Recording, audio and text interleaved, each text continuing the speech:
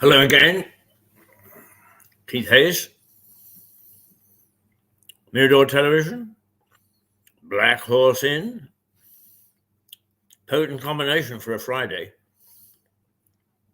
and a potent combination it is.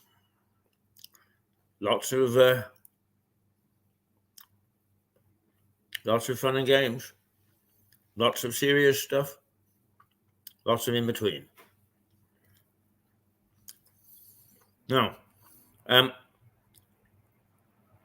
we have an election coming up, and much as we may be scathing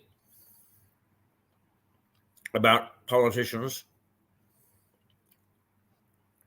Winston Churchill said, democracy is far from perfect, but it's the best that we've got, and we live by that. And the defense of democracy is at the cornerstone of this television station.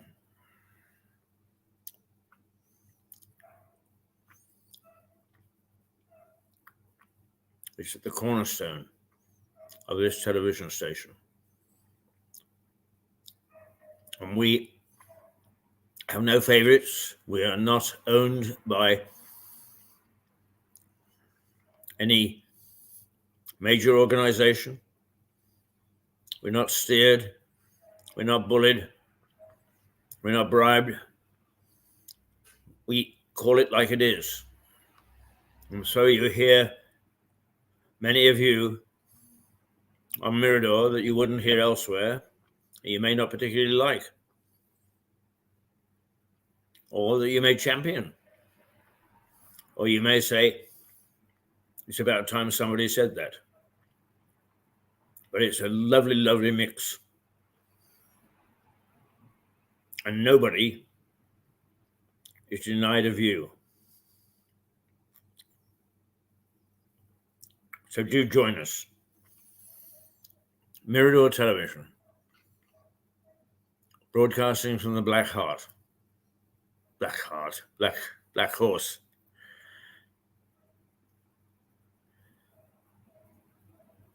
The idea that everybody should have a voice permeates. We're not focused the way that BBC is, or ITV, but the data that comes back to us shows us that we have a far-reaching effect.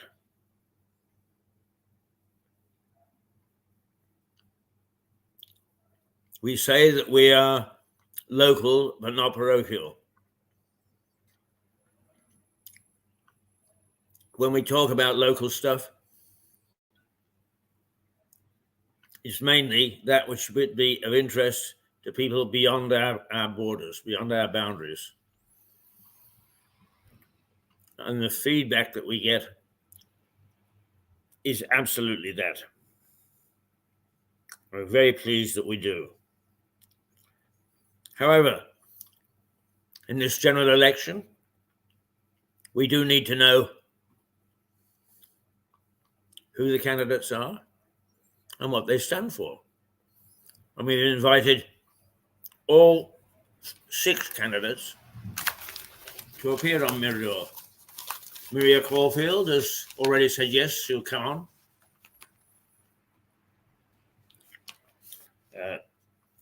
Bernard Brown,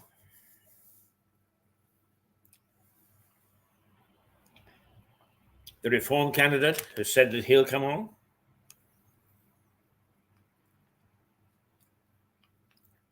Informally, James McCleary has said he'll come on. We don't know about Labour's Dennis Sweeney. We haven't heard back from him. And we're not sure who the Social Democratic Party is, Rowena Mary Easton, but she's very welcome to come and state her case as well.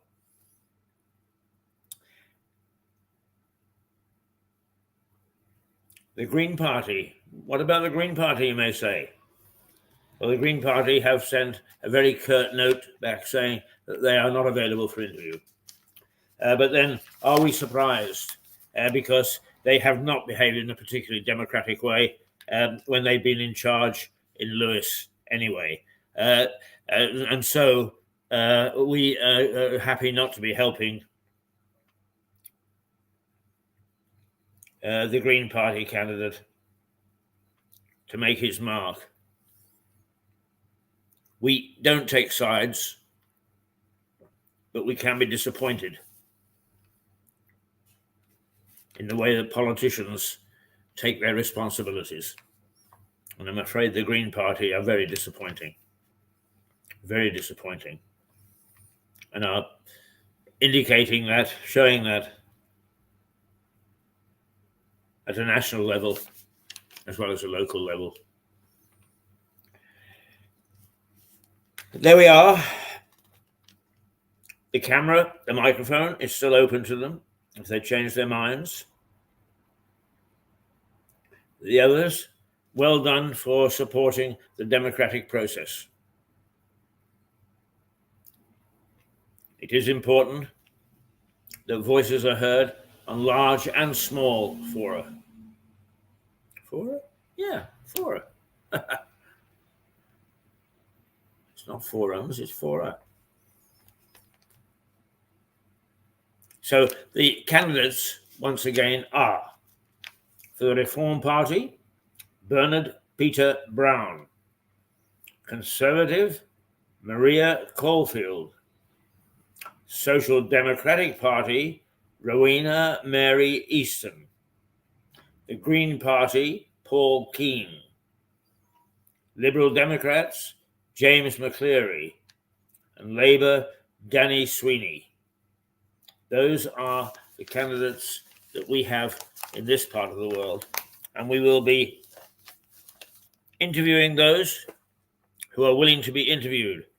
And those who aren't willing to be interviewed, we can only assume that they either have something to hide or their disdain for the democratic process and letting people know their views on all media is a sham.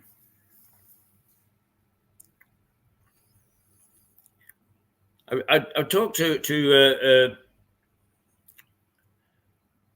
Councillor Bird, and I've talked to Councillor McCleary about this.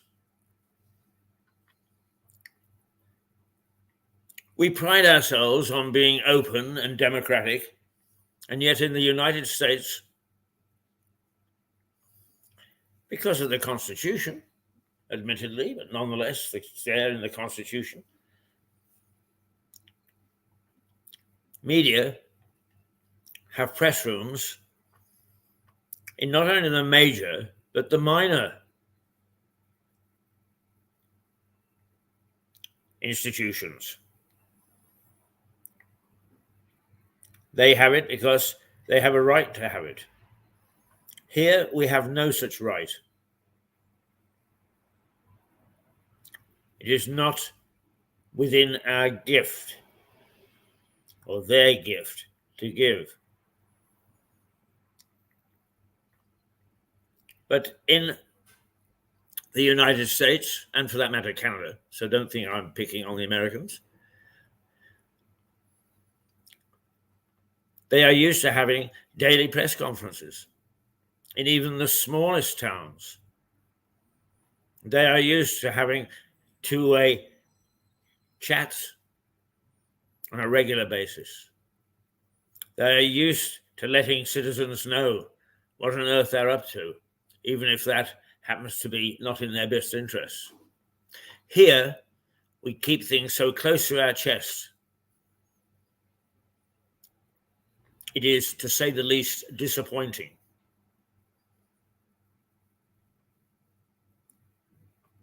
To say the least, disappointing. There is no concerted effort at relationships with the media, except, of course, the very big ones. Ah, yes, the very big ones.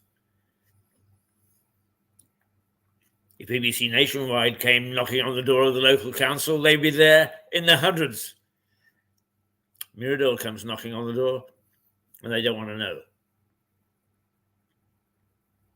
Now, that is nothing to do with their assessment of democracy. It's how many people can I get to? John Henty puts it very succinctly about local media. If something like Mirador exists, and he's backed up by many others, but John has expressed this on Mirador television. If we broadcast to just one person, it makes it worthwhile. And the fact that our local politicians cannot see that shows the lack of depth of their understanding of what the democratic process is all about. And those are the people that are guiding us, governing us, leading us. And then they wonder why we have so little regard for them. And it stretches right up to the top. Well, if you want to fight back, if you wanted to say, hey, Mirador, you're talking a load of rubbish, you've got to talk to us. And you've shown a remarkable reluctance to do so. But I'm afraid you've got some long-time journalists who've been there and done that, who've been in the Kremlin, in the White House,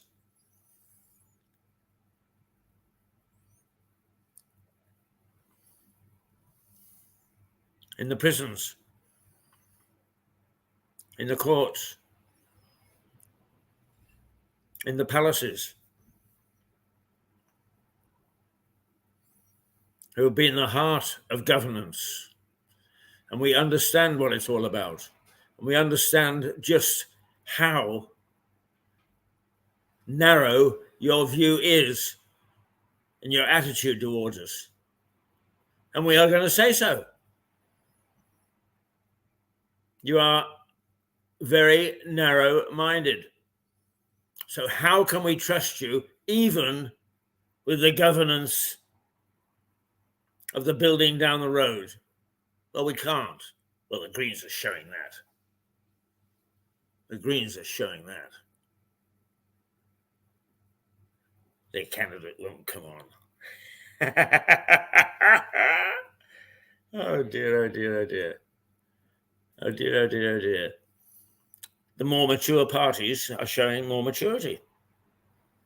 But even then, they've gone through 4 years where communication has not been their strongest point. They have what they call communication teams, who are nothing more than information dispensers. In the real world, in the world of sophisticated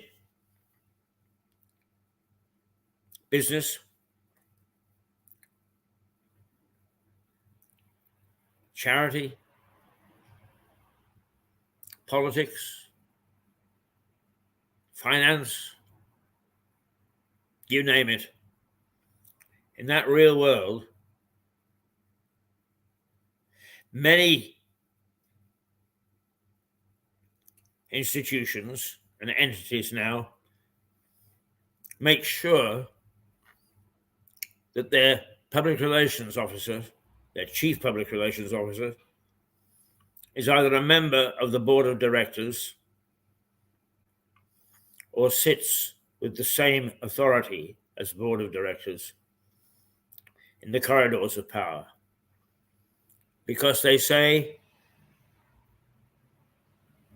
if they are to let people know about their decision making and why they make such decisions and what their reasons are for taking certain actions, is they need the main communicator at the heart of the operation. Here you can't find them. They think in terms of small town, and that's why we will not become a small town television operation. We are worldwide. We're global. And our audience is global.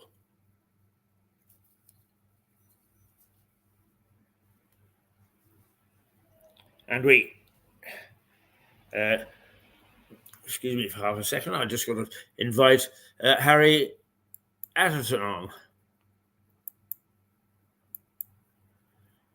who is, if I'm outspoken, Harry is even more so.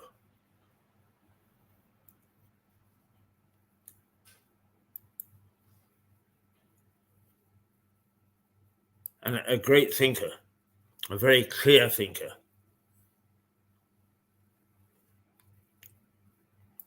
And if I may say so, the team on Mirador has so much experience, not only in media, but in other forms of communication. We outshine most, say most, not all, most of the PR and even media functions here in Lewis. So we'll be wasting our time.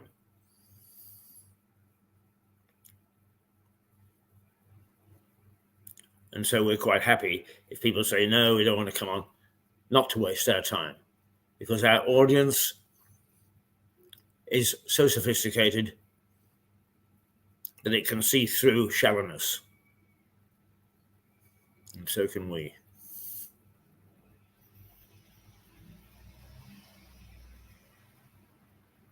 So can we. So perhaps you are better off to stay away from us, because the veneer will be pierced sooner or later. On the other hand, and I was just reading online last night, some of the major forums for communicators, and the issues such as how can media and PR and business and industry and politics and so on, how can they improve the communication stream so that we've got an electorate, a customer base, a citizenry that understands what the hell's going on. And it's not impossible.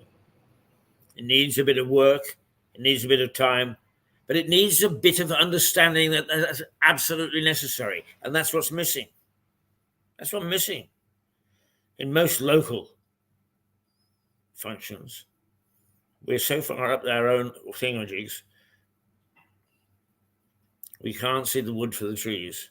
We can't see ourselves in the broader world. But was it McLuhan who called it the global village? We can't be isolationist anymore. It just shows us up. And that's what happens here. We show ourselves up. And the more we show ourselves up, the more isolated we become, because people of real substance pay no attention. But that is counterproductive to true and proper democracy. And when will our leaders learn that?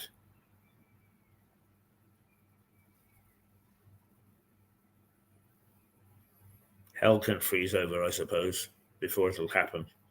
But how sad. How sad that we will, in the main, stumble through life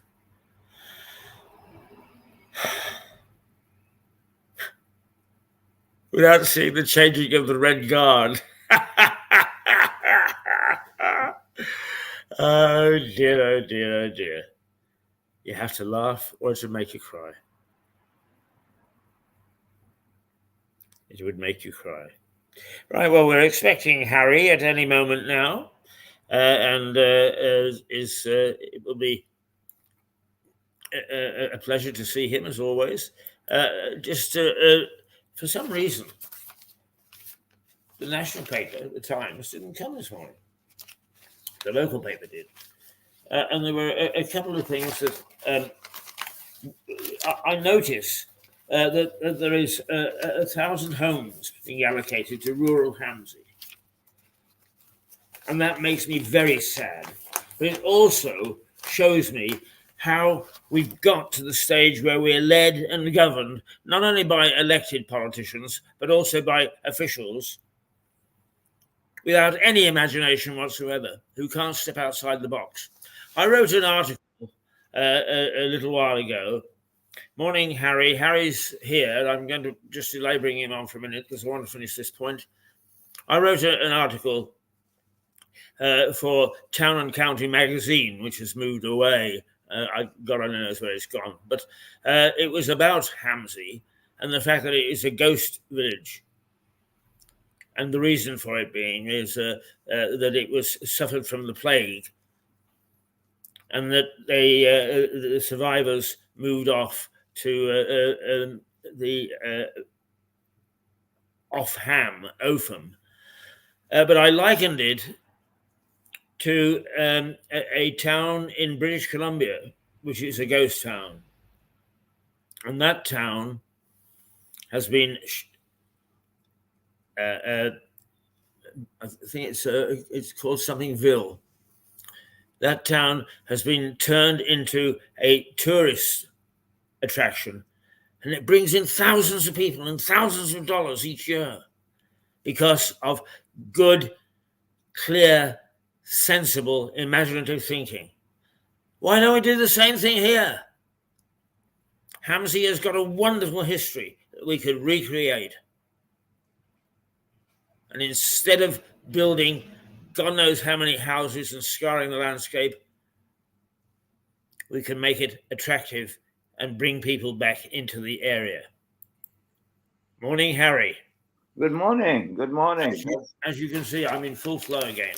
I was just trying to look up the name of the town in British Columbia, which I know quite well, that town, and I can't remember the name either. It's near Ashcroft, isn't it?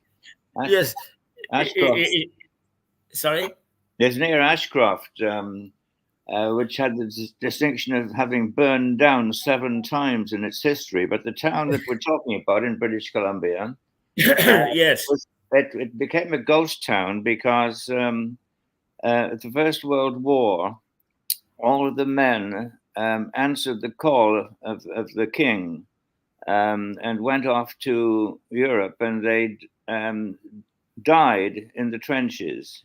No men came back, and the women were left widowed, and they left the town. I think the town only had a population of 200 people. Oh gosh, what was the name of it? I should remember that. It's indeed Barkerville. What's that? Barkerville. That's right. Absolutely. Well done. Barkerville. And yes.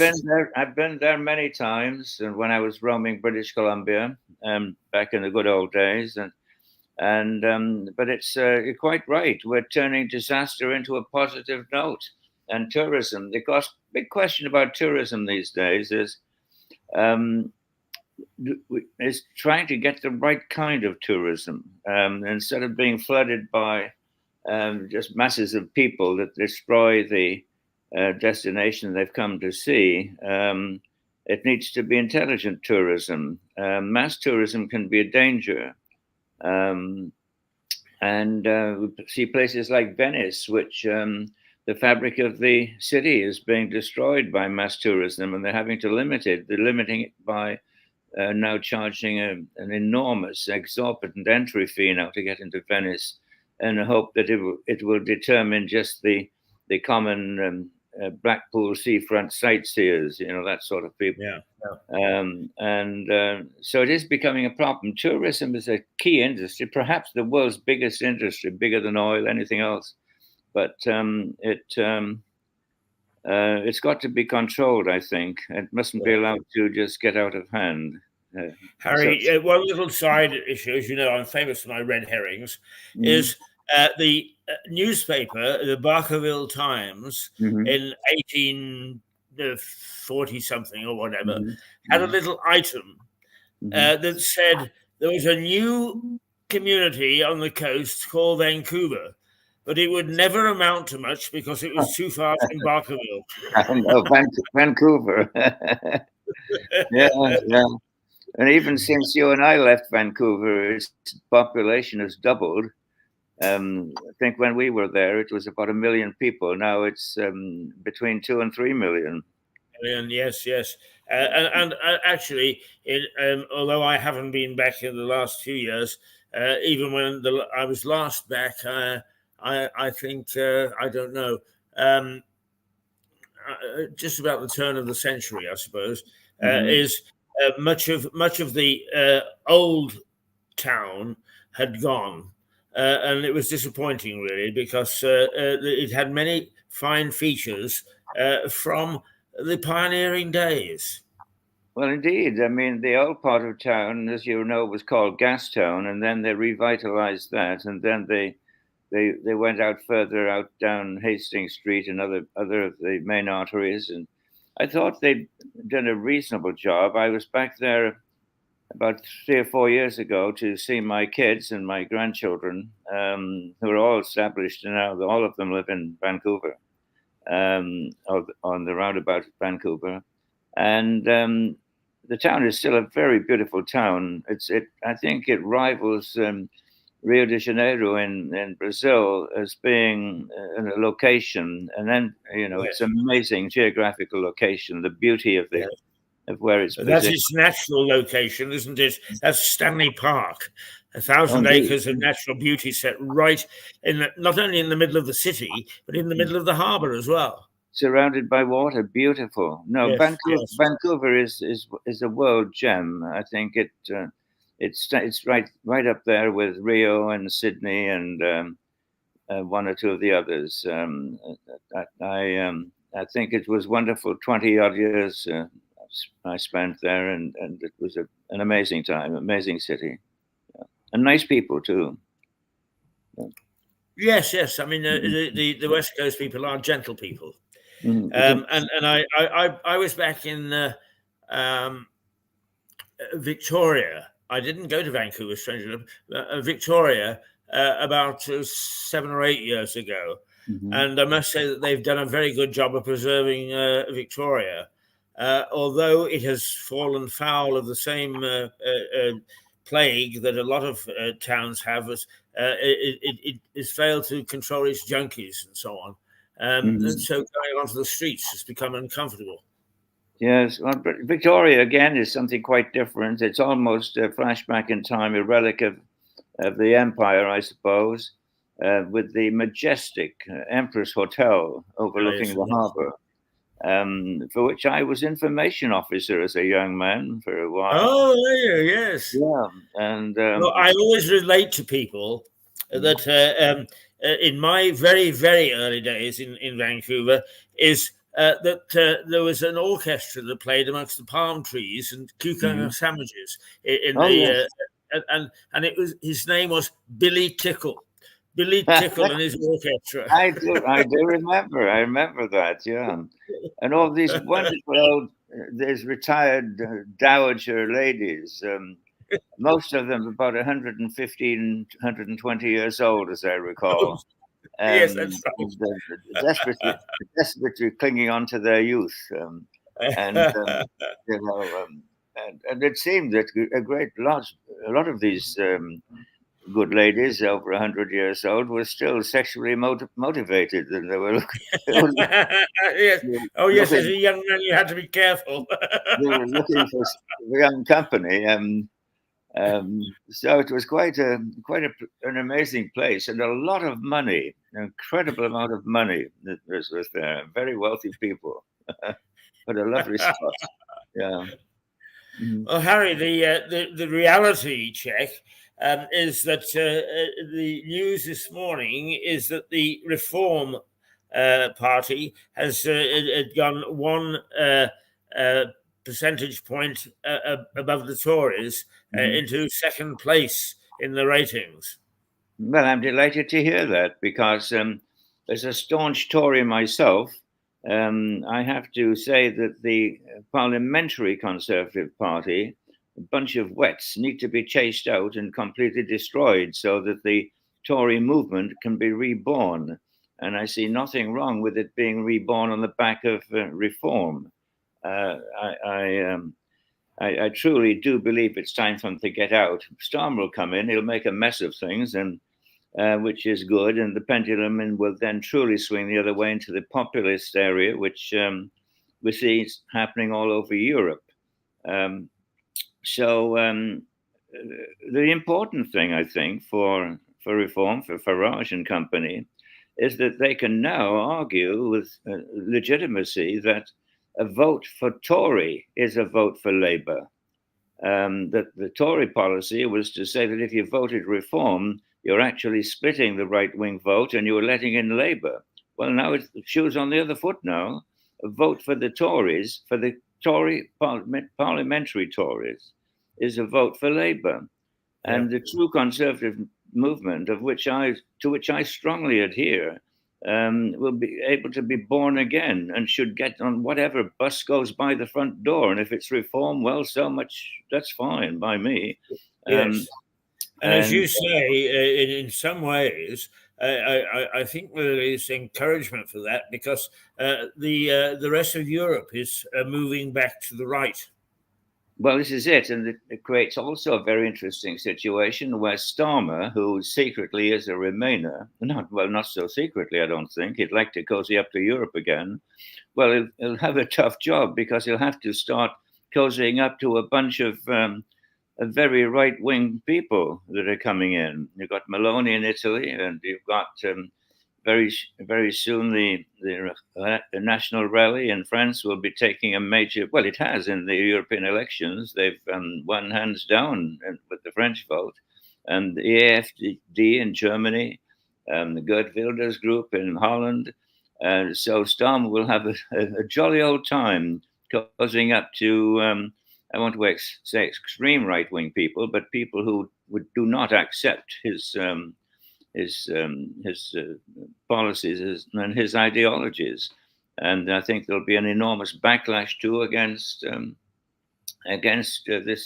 this green nonsense, this net zero nonsense, which is now finally happily being discredited as being a huge sham and global warming. My goodness, we're entering an ice age if we actually look at the timing, historical anthropological timetable, and so with nation that produces only 1% of world CO2 is going to be impoverished in trying to show the example to whom? To China, who opens two new coal-fired power stations every week, not one, now two.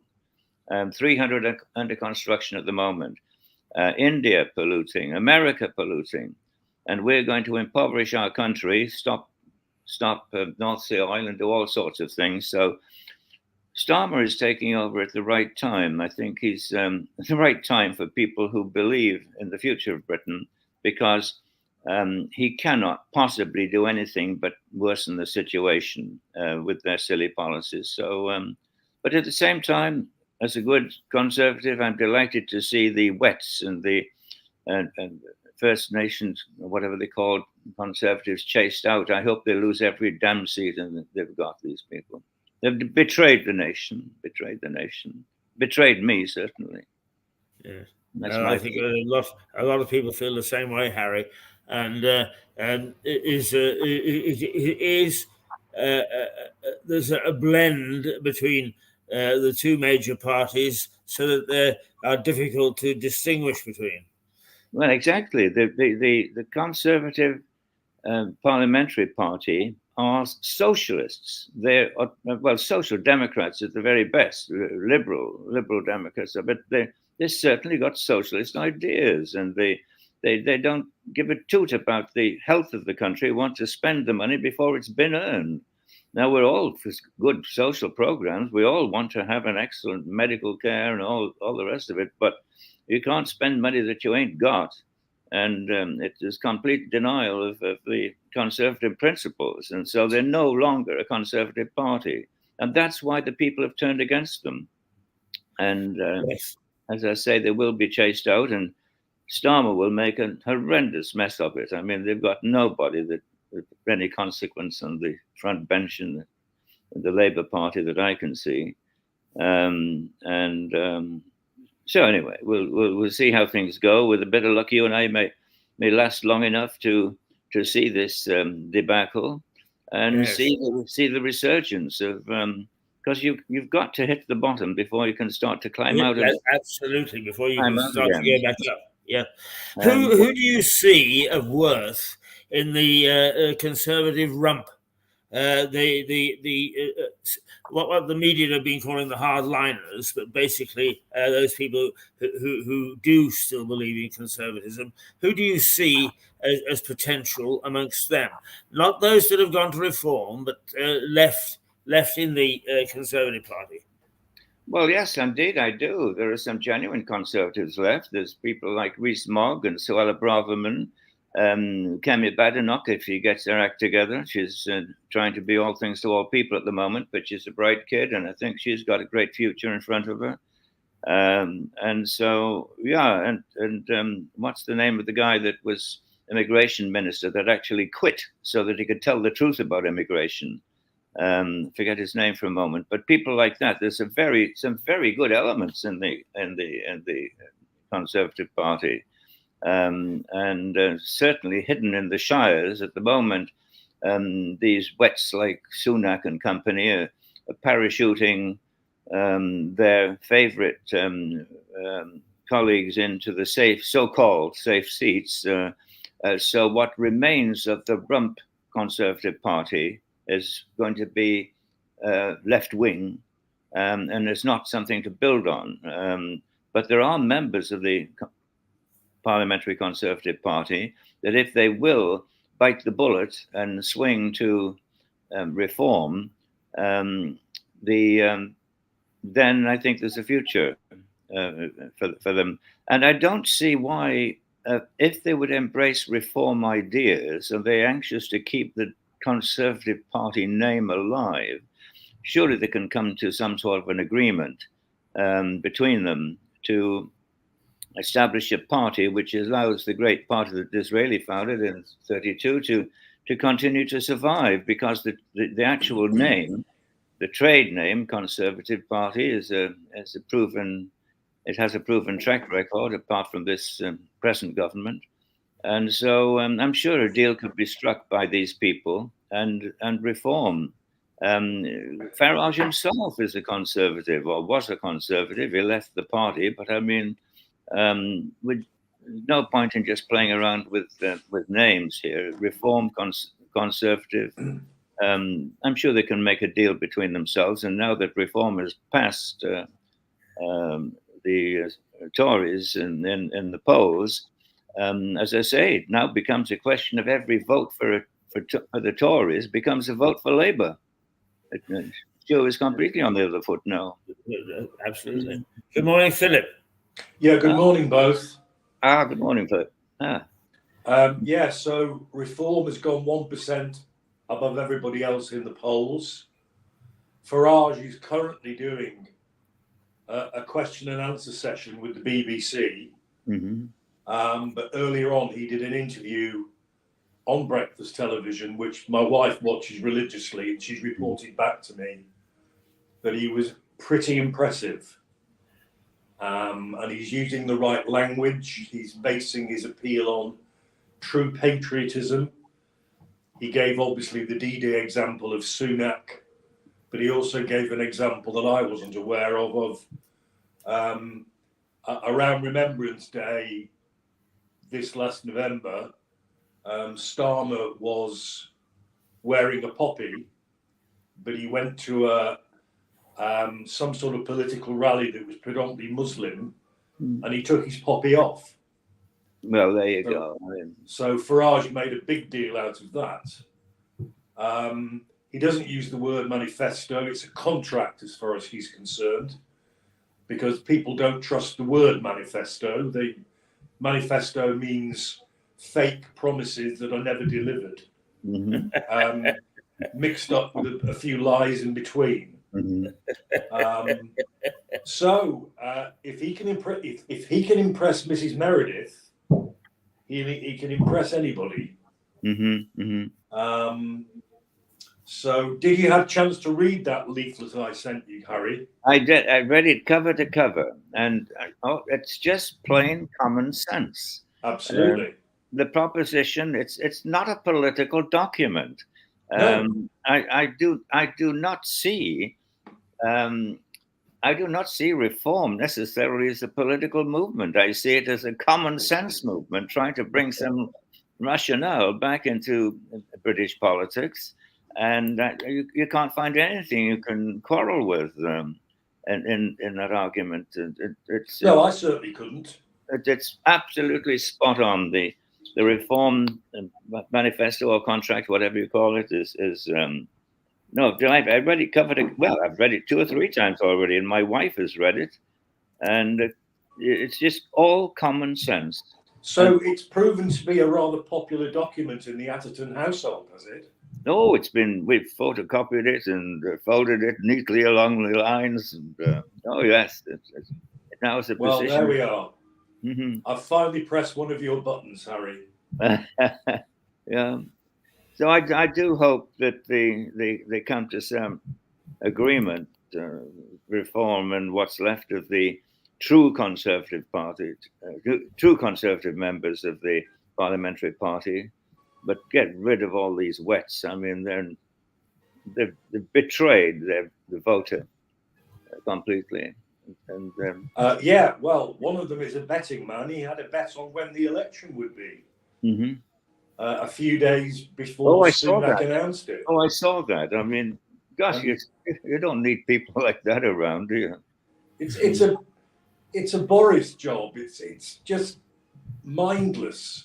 They just don't seem to relate. Yeah. Anyway.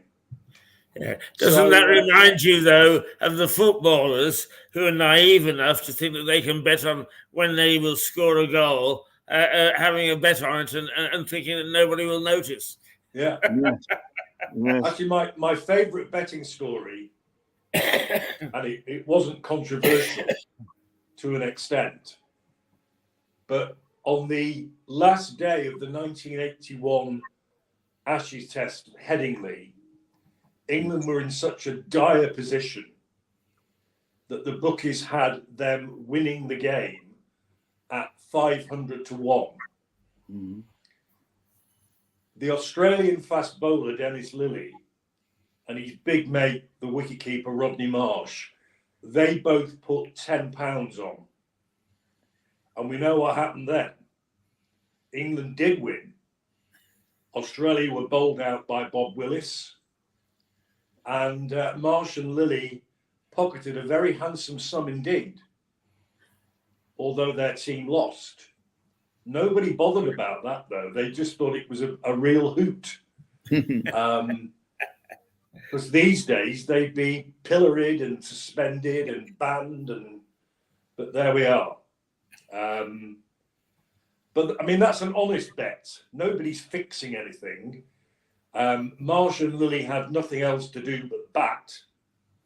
And ironically, Lillee batted really rather well.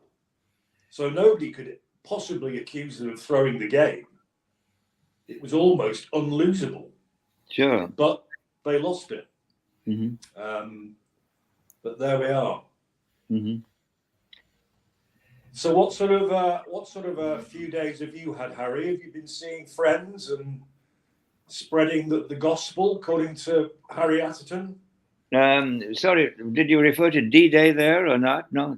What sort of a? I missed that question. What sort of a few days have you had? Oh yes, well, in France, of course, it's chaos. It's political chaos. We've been talking about Britain, but here in France, it's disaster area because the overwhelming win by the National Rally in the European elections, which virtually obliterated the presidential party representation in Brussels, Europe, was so strong that Macron felt that he had to dissolve Parliament. Yeah. So the Assemblée Nationale, which is the House of Commons, equivalent to the House of Commons, was dissolved, and we're going to the polls on the 30th of June, which is just around the corner. And the voting in France is always done in two steps. Everybody pitches their hat into the ring on the first round, and then the top two fight it off for the second round, which will take place on the 7th of July. And there's every chance that there will be a right-wing government in France, the National Rally government. Whether they have a full majority or not, I'm not sure. But they will no doubt form the next government, and there'll be what they call cohabitation, which means that the left-wing president has to accept that his government is right-wing. And that's happened before in French politics, and it usually leads to a bit of a mess. What will be happening, of course, is that the other little remaining elements of right-wing politics in France, they're trying to cobble together some sort of a deal where they can join forces and get themselves a majority. And that is destroying the traditional right-wing groups that remain, the Republican group, which had been the leading party, and just like the Conservatives were in England, leading party. That's probably going to disappear off the political map, and quite a number of them will join the National Rally. So we're going through a very chaotic time, and this very short period run up to the elections have not really given any chance to put any order back into the process. And so, no, well, it is a bit quick. I mean, and I think you told me last time it's traditional to vote in France on a Sunday. It is indeed, yeah. Mm-hmm. And the 30th is a Sunday. Mm-hmm. And it's not far off. It's 2 weeks on Sunday. Exactly, and so this was only announced a few days ago. So I mean, it's absolute chaos here. And but mind you, a fairly clearly defined result, I think, is going to come out of this. The polls show that the National Rally is going to certainly come out way ahead on top. Whether I say with a full majority, not yet clear. You need a 289-seat majority in France to govern just on your own, and they'll probably come in a little bit short of that. So there'll have to be some sort of a coalition alliance, but they'll be the dominating factor, which will take France not so much to the right, but again an application of popular common sense policies, cut back on immigration, because we have the same problem here as you have in Britain. So many millions of people flooding into the country that just become a burden on the state. It provides cheap labor, theoretically, for business and boosts the economic volume of a country, but it reduces the product per person, and that's what's happened in Britain. And it's this very reason why the Conservatives are being chased out. They've impoverished it's worked against the worker. And Starmer, I think, will open the doors even more. He won't control immigration, and so. Are you PR or first past the post in France, Harry? No, we're not. This is it. There's a two-stage operation, right. which means that somebody can come in by far the dominant party in the first round and still not win in the second round, as everybody else gangs up on them. Yes, and yes. We have that in France happening at the moment, where all of the different left-wing parties, some of them good left-wing parties, genuine, Labour people with their values, and one has to admire that, the Socialist Party, but they're going to have to get in bed with the extremes. And when I talk about extremes, people to the left of communism. Yes. That's the trouble with PR. Yeah, it's just absolute anarchists, and so it may make unlikely bedfellows, but to protect the few seats they've got, they're now forming a combination in France. So you get this enormous polarization of politics, with a huge gap in the middle. And the old principle that governments were usually formed from the will of the voter in the center is no longer holds any water. I don't think that theory. We're getting extremes now, extreme versus extreme, and it's not unlikely that could lead to civic unrest. We've already had riots in France as a foretaste of people reacting against the possibility of what they see as a right-wing government, the Rally National, which has actually moved more to the left. It's become more of a people's party, but there's already been riots in parts of France at the anticipation of them taking power. They haven't even got into power yet, and there's people rioting against them. But then again, the French love a good riot. Well, they're an unruly bunch. The French are a bit of an unruly bunch. Yeah. But they are. They just love it, really. Yeah. Now, did you say that the potential winners are a party called the National Rally? Yes, National Rally. Mm-hmm. Is that Le Pen's party? Yes, it is. Yeah. Mm-hmm. Right. But So where is she likely to come out in this mix? She's pushing this young man, Jordan Bardella, 28 years old, very bright kid. Oh, it's really pleasant, and he sounds a lot older than his years. And a lot of, as I say, a lot of common sense. It's a little bit of a Farage-like character, but he hasn't got the magic that Farage has got. So he's the guy that's seen leading the show, and she's taking a lower profile because her goal, of course, is that in 3 years' time, when the Macron presidency terminates, she'll run for president and will probably get it. Will probably become president. That's her political goal, to become president. And so Jordan Bardella would become prime minister. It could become prime minister as soon as July the 7th.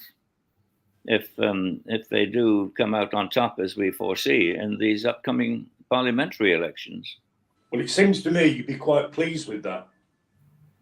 I'm pleased with it, and indeed I am, because what they propose is basically common sense politics, like Farage. It does not seem to be political.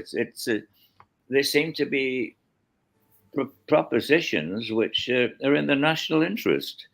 And none of this globalization nonsense. It's going to be bad news for Europe as the component parts of Europe become more nationalistically minded.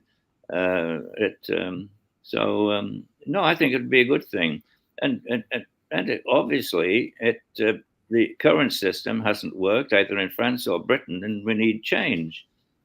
Starmer is going to get in simply because change is required.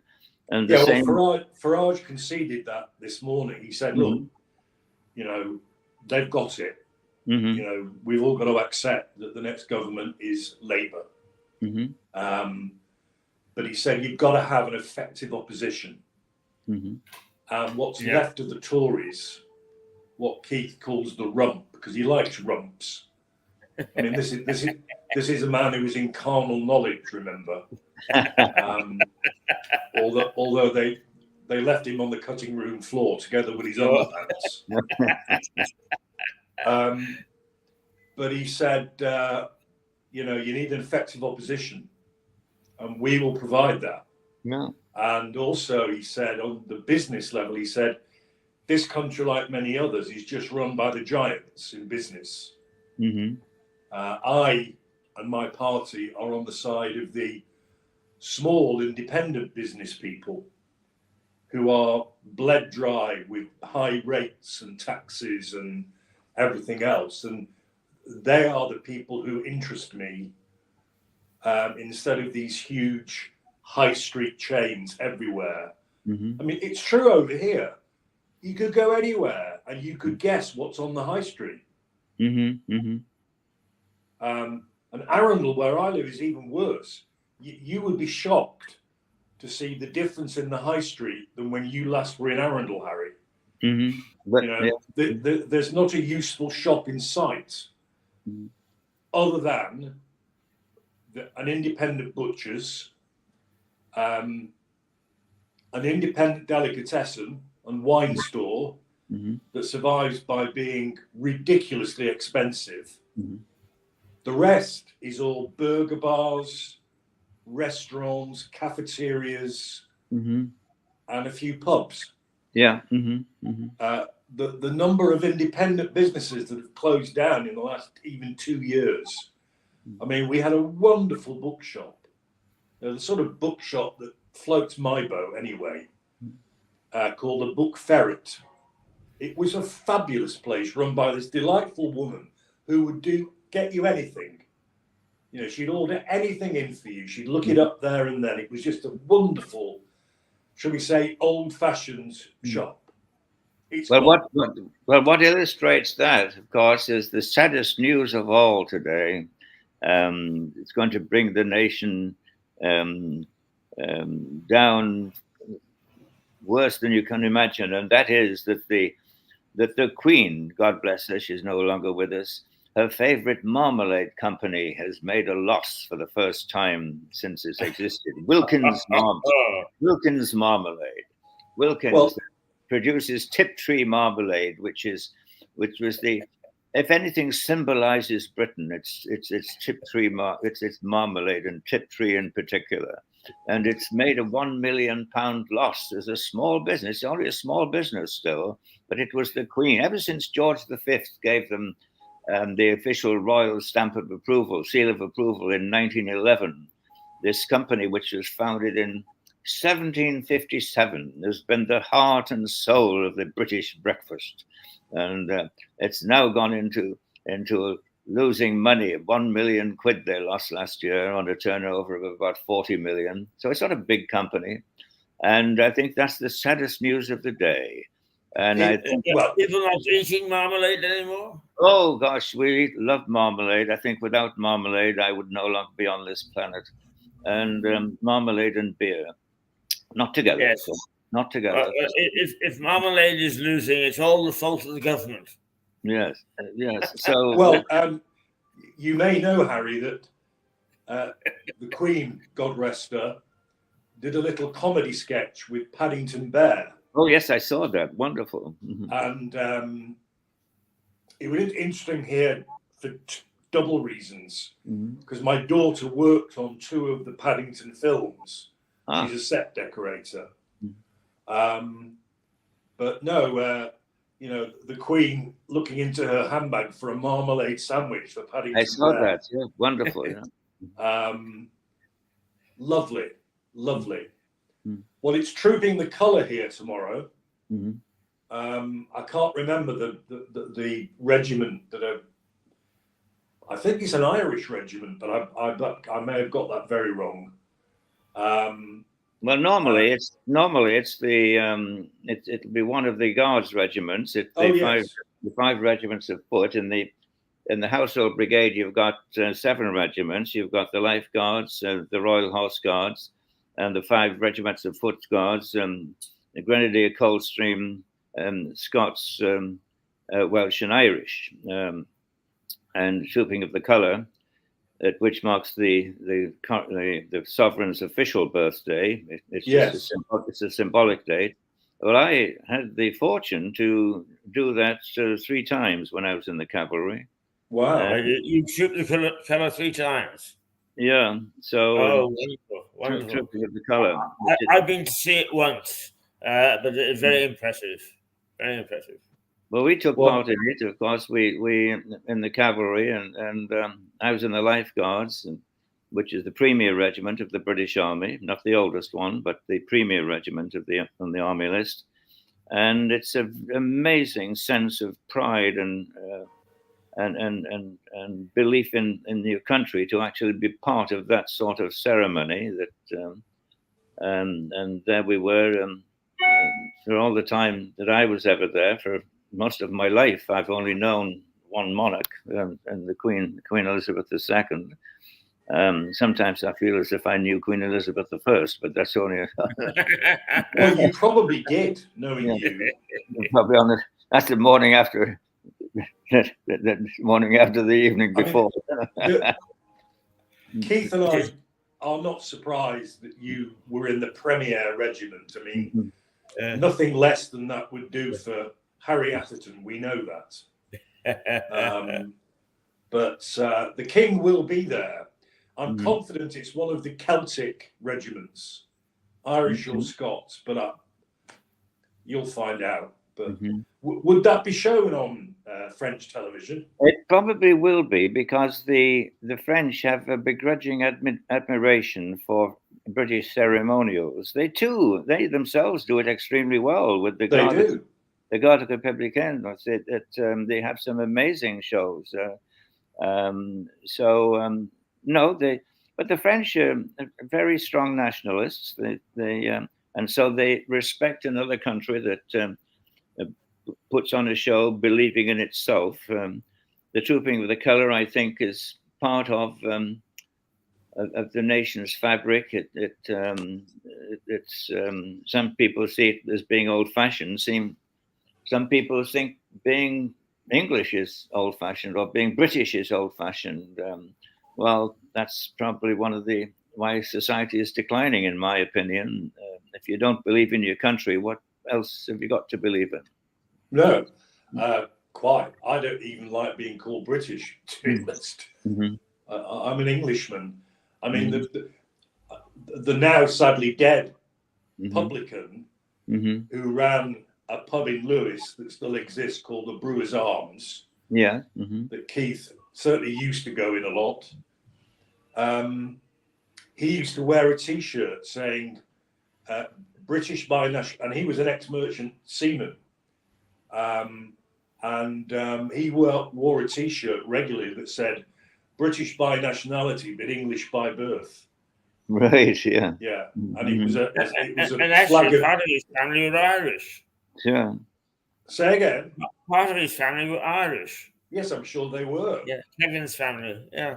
But he was English born. No, I quite agree, Harry. But I'll tell you what fascinated me. It's years since I watched them on YouTube. The French Foreign Legion, their marching out parades, or whatever you want to call it. It's not trooping of a colour. And they have this, as you will know, they have this extraordinarily slow marching pace. It's almost funereal. And they were all in perfect unison.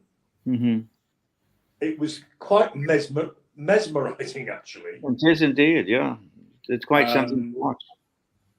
And their pecking order with the different coloured capes and epaulets going down the line. Fascinating stuff.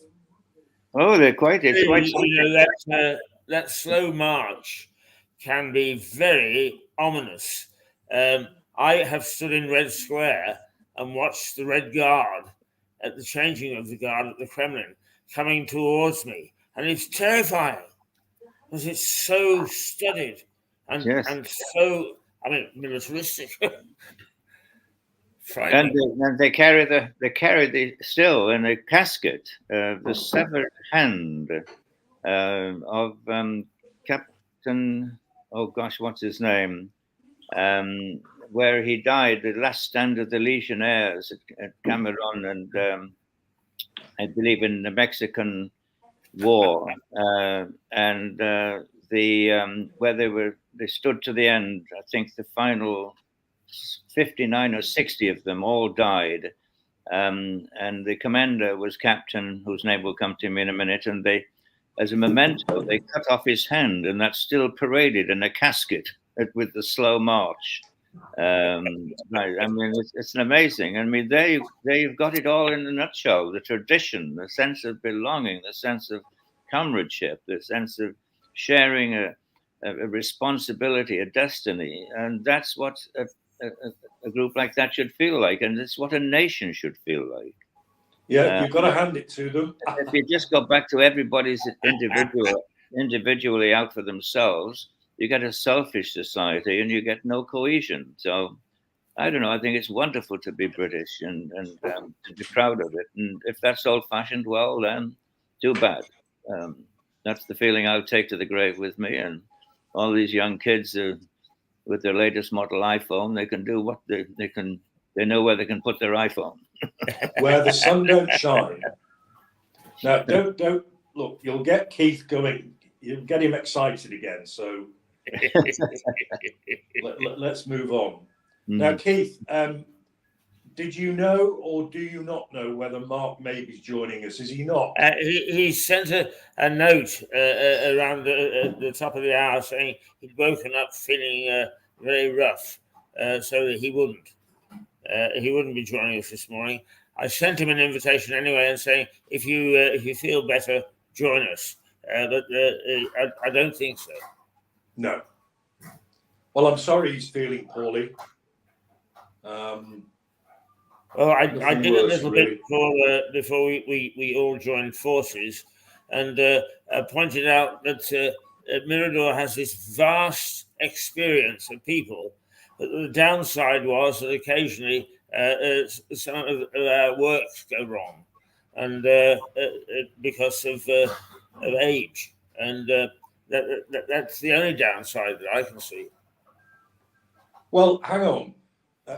Together with you and me, there is a gentleman called Harry Atherton, who is the oldest contributor by far, yes, and who happens to be easily the best informed and brightest of all of us. No. So I don't think age is withering him. Mm-hmm. I'm not suggesting it does. I'm saying age gives you experience. Oh yeah, Harry has actually got more experience than you and I.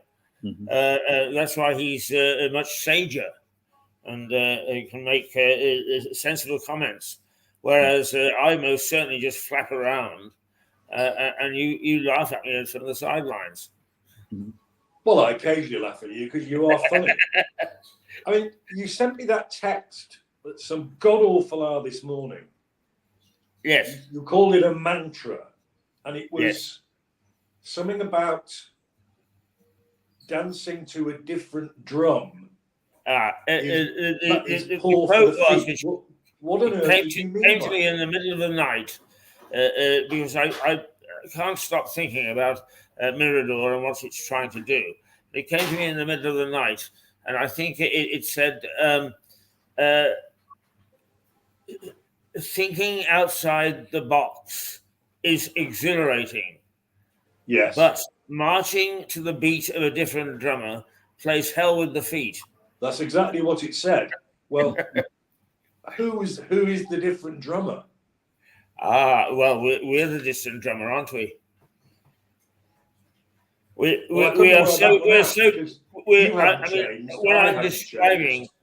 I'm describing to people Mirador television, I say to them, look, we defy every television convention that there is on the books. Every television convention. We don't do anything in any way that any other television company does.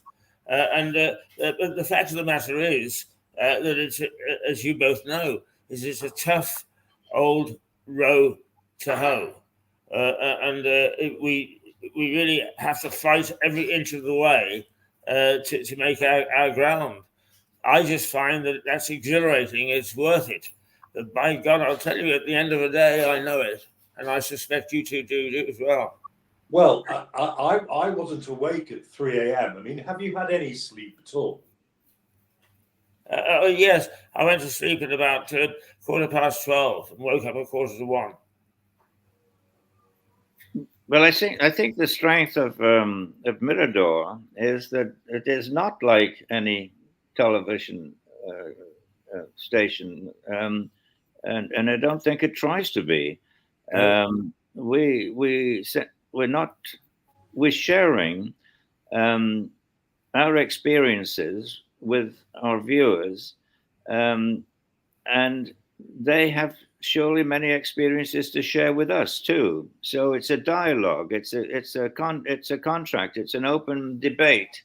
It's a sharing. It's as if we were all sitting around a table in a pub having a pint, and it's so appropriate that it's been broadcast from the Black Horse in Lewis. Well, that's precisely the point, Harry. There is somebody around the table in a pub, but it's not you or me. Yeah, so it's a sharing. It's a sharing program. It's not that we set up ourselves up as pundits that say everybody should go this way or go that way, and, and we don't feel obliged to follow. It has got to be the collective of all of us and doing what we believe is right, based on our experience and our fervor and actually our patriotism, as demonstrated from our conversation this morning. Yes, but I was delighted the other morning, Harry, when Philip and I were busy chatting, and up in the comments section came from Uzbekistan.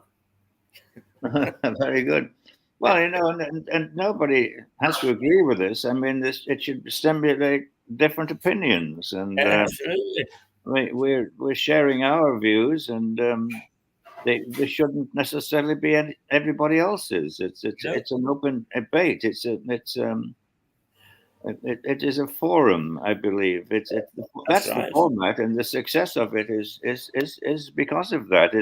It's almost a shame that all of the viewers can't come on and be on all sorts of different screens and things.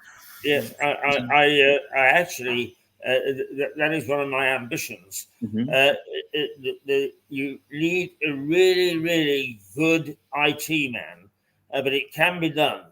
Mm-hmm. And as we settle down, I think I may have found a good IT man. I'm going to get him to experiment with it so that we can do that. Well, with there's Declan. There's Declan. Yeah. Mine host. Yeah. Well, he's a proper mine host. He feeds. Oh, he feeds and waters Keith all day. Well done. Well, one of my great ambitions, as I've said many times before, is to be able to drink a pint at the Black Horse with Declan. I think that would be. Well, we look forward to that. Yeah. Well, what we've got to do is create an event at the Black Horse, so that we can get you over, Harry, and we'll put Declan as the president of it, so that he can command the troops. Because do you know he's got a table over there which he calls the captain's table. And the whole pub is directed by him. It's wonderful to see. Well, maybe we could get a group of like-minded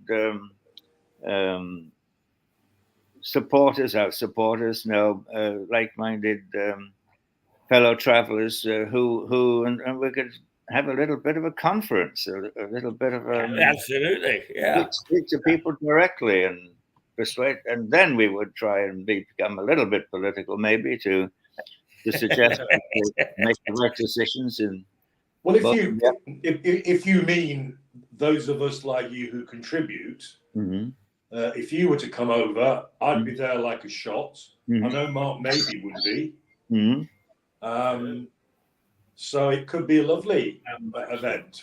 Yeah, and Declan certainly would be at the centre of it. Do you have political meetings? Do you have like political meetings in Lewis and Arundel, and where people come along and speak and express their views? Or well, there is a very famous one. Where is it held now, Dick? The Headstrong Club, which was the one founded by Tom Paine. Oh yes. We used to host them at the Elephant Castle when I was there. Yeah, it used to be at the Elephant Castle. But I don't know where they meet now. It's a pub somewhere. Yeah, it's in a pub somewhere. But it's at one stage Margaret Thatcher and Henry Kissinger and people of that ilk were members of the Headstrong Club. Mm-hmm. I don't know if they attended very often, but they were members. Mm-hmm. Members only. Right, Well, maybe we could participate in that at some stage, and in the name of Mirador, obviously. And Yes. Mhm. Yeah. we're going to, excuse me, gents, let's go and sit in the office for an hour and do some work. Okay. Yeah.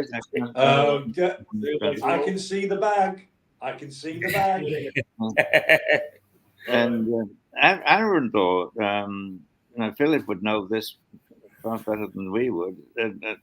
That is a city that's inclined, I think, towards probably towards common sense politics, as opposed to, or is it got a strong doctrinaire element to it in Arundel? No, it hasn't. It hasn't. I'll balance that comment with my genuine belief that the current Conservative MP will be ousted by reform. Mm-hmm. Arundel and South Downs. It is essentially conservative here, and I mean old school conservatism. Sure. A story that's always amused me is when my youngest, Oliver, was a newspaper boy. They've gone out of fashion now, but delivering newspapers. He would tell me that 7 days a week, the vast majority of the papers he delivered were the Telegraph, the Express, and the Daily Mail. Mm-hmm. There were some Timeses, plenty of The Sun, very few Daily Mirrors, and one Guardian Mm-hmm. in the whole of Arundel. I mean, and that to me just summed it up. Mm-hmm. I mean, we've got a lovely guy across the road here, Paul. He and his now retired wife, both very experienced, very good quality teachers, but socialist to their roots. And every window in his house has a poster saying "Vote Labour." Well, I don't think they're going to get much joy around here. Mm-hmm. They never do. Mm-hmm. No, there are no political meetings as such in Arundel. The town council, which is effectively a glorified parish council. You see, Arundel was originally a borough in itself. And so its council was very much like a district council. So it was fairly hefty. Mm-hmm. That was changed decades ago, but they still call it the town council. But it's apolitical. They have an annual town meeting, which is really about what they intend to do for the town, which isn't a great deal. They have very little power, actually. Mm-hmm. It's sort of cloche-mail type things, you know. But Arundel has got a very interesting history. I think I'm correct in saying that the river, what's the name of the river that goes up to Arundel? The River Arun. That's right. It was navigable in right up to medieval times, and it was navigable beyond medieval times. And rather large ships used to be able to get up to. Absolutely. Arundel. So Arundel served as a port, as I recall. Yeah. It's funny you should mention that because my wife Jackie mentioned it this morning because she's got her thoughts about what to do once she retires. Mm-hmm. And you know, she's a very active person, and she will probably join the museum society because there's a really, really excellent museum in Arundel now. There always was one, but these are new premises with a cafe and all that. But years ago, pre-lockdown, I was asked by a contact there to do some research about the port of Arundel, because this lady wanted to do a presentation. I did my best, but finding a great amount of detail was not easy. But until the river silted up, it was navigable with some quite hefty vessels. Yes. Well into the mid-19th century. Really? That late? Yeah. And there are pictures in the museum, photographs of large three-masted ships moored at the port. And of course, the estuary is at Littlehampton, which is where 2 days before the French go to the polls, a certain Keith Hayes will be on the Red Devil, having lunch with me at a riverside pub called the Arran View. Oh God, I'm jealous. Well, we would love you to be there. They accommodate Red Devils, and the table's booked. I'm just hoping that he stays alive until the 28th of June. Oh, that's I've got to be dormant. Keep talking, chaps. That's a loaded wish. But no, there's some. I've seen some over the years. I've seen some amazing maps of Arundel that show the ships going up the river, and big ships, as you say. Yeah, I didn't realize it was as recent as the 19th century that the river silted up, and I'd wondered if it wasn't simply that ships got bigger and therefore couldn't make it. But so there was obviously no, it was a proper silting up. You used to be able to navigate the river beyond Pulborough, which is about 15 miles away. And that's how the goods that came in via Littlehampton and Arundel got inland.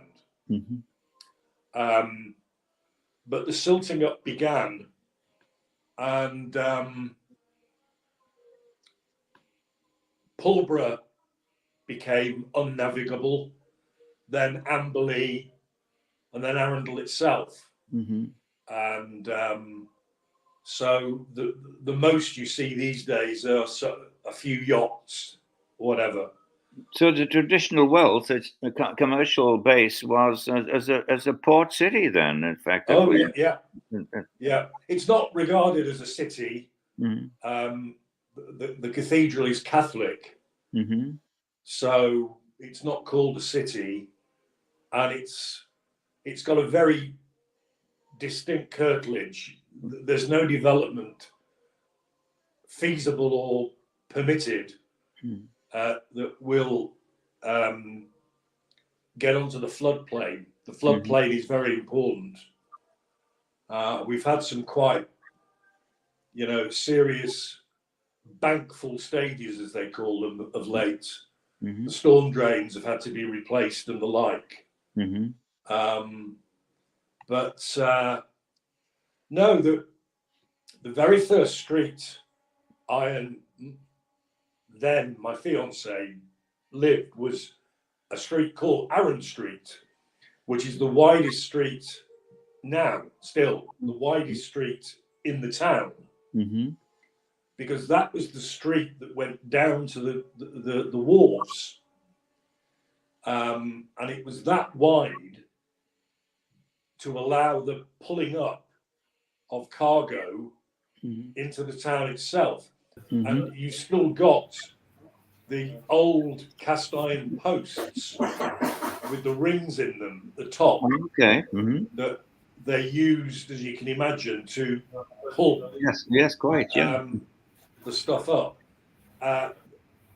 What interested me was we lived on Arran Street, and when a then alive friend of ours who actually ran the museum, she showed us a map of Arran Street in the days when the port was used, and the street was either, well, there was a bit of living accommodation, but the street was either pubs or brothels.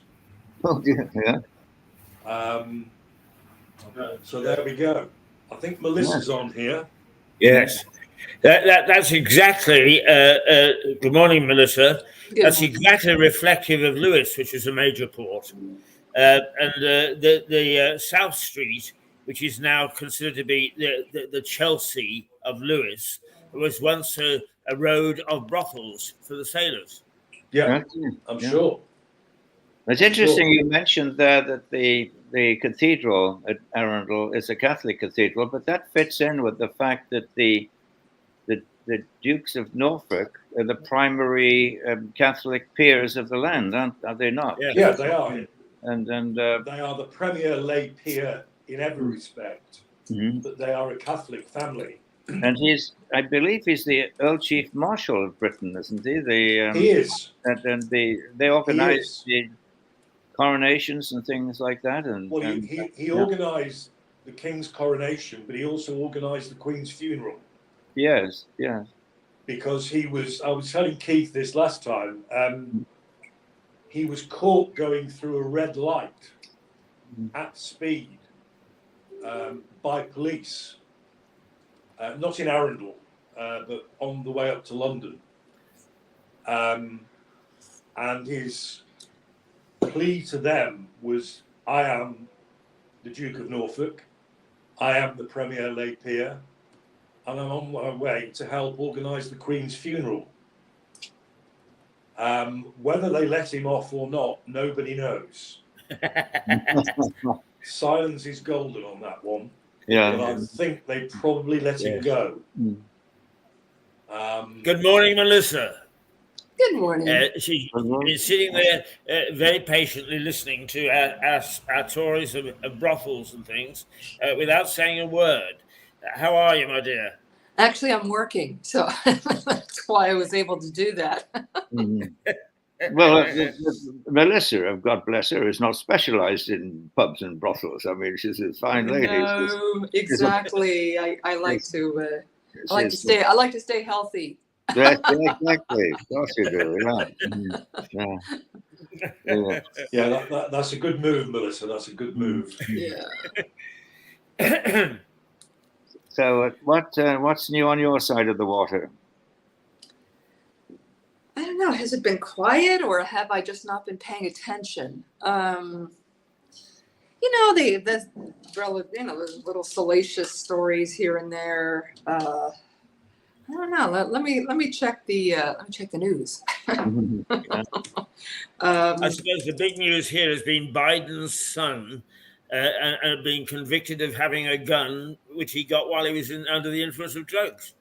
Yes, and his father. It was very funny that very day that the verdict came out. His father was speaking at an anti-gun conference.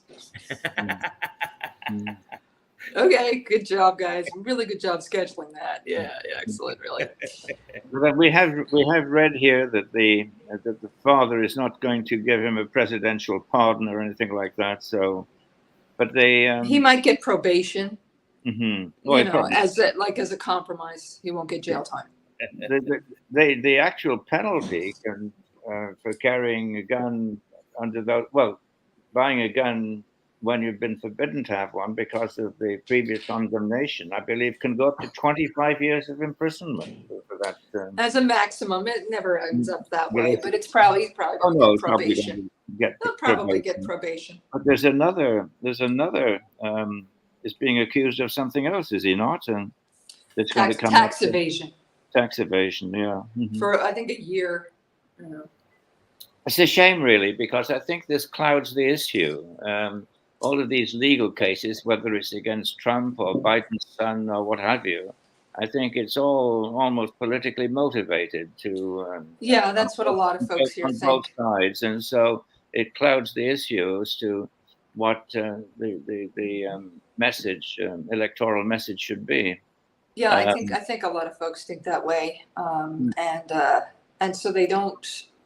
The fact that Trump was committed of 34 counts of felony counts, which I don't even understand why that's a felony count, but that's okay.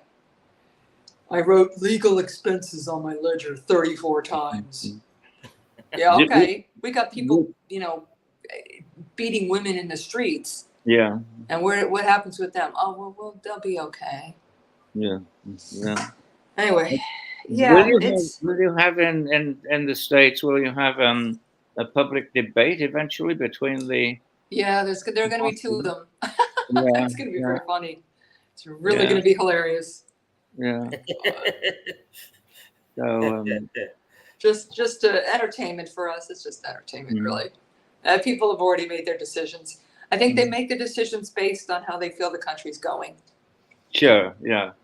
So, I think we've got the migrants coming in. I think we've got 7 million come in, which is huge. It's a huge number of people who just come in and need help.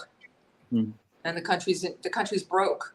I think I was reading somewhere that 16% of our federal spending goes to servicing our debt. No, that's 16%, and it's going up because each year there's a deficit, which adds to the debt. Same story in Europe, same story here. I mean, so irresponsible. And listen, it's not just the leaders. It's not just the leaders. It's all of us, because we're all demanding things. Right? Of our government. No, I want this. I want that. No, I want that. I need that. We're living beyond our means. It's borrowing money and leaving the debt burden to future generations. It's crazy. I agree with you completely. Debt is a huge issue with me. Very big. I was in debt 15 years ago, and terrible. I had a mortgage. I leased a car. Like, come on, guy. Come on, Melissa. I bought a piano I couldn't afford. I just acted, and honestly, when I look back, it's childish. It's childish, I have to admit. I want it, and I want it now, right? And that's all of us. Unless you have serious medical expenses, which we sometimes have in our country, because things are not covered. A lot of us are acting like children. We are with our spending. And so I said to myself 15 years ago, I couldn't sleep. I was so worried. I was like, oh, what's my future? 15 years wasn't too long ago, and I knew I had to retire, and I didn't know if our Social Security, our federal pension would even be there. So I needed to make my own pension, and I needed to get out of debt, and I went all out. I was listening to this gentleman on YouTube. His name is Dave Ramsey. He's a big financial guru here. He's Southern, from Nashville, Tennessee, which is where my family's from. And he's brutal with people. Brutal. When they call up, I got a car loan. I spend $700 a month. What's he stupid? It's a car. That's all it is. It's a car. It gets you from here to there. That's it. But we care about who the person sitting next to us at the stoplight for 5 seconds, and whether they think that we're amazing because we've got a fancy car. I mean, you know what I'm saying? It just, believe me, I'm just as guilty of stupidity, buying a handbag that says Prada. Who cares? How embarrassing. They should pay me to carry it as a billboard.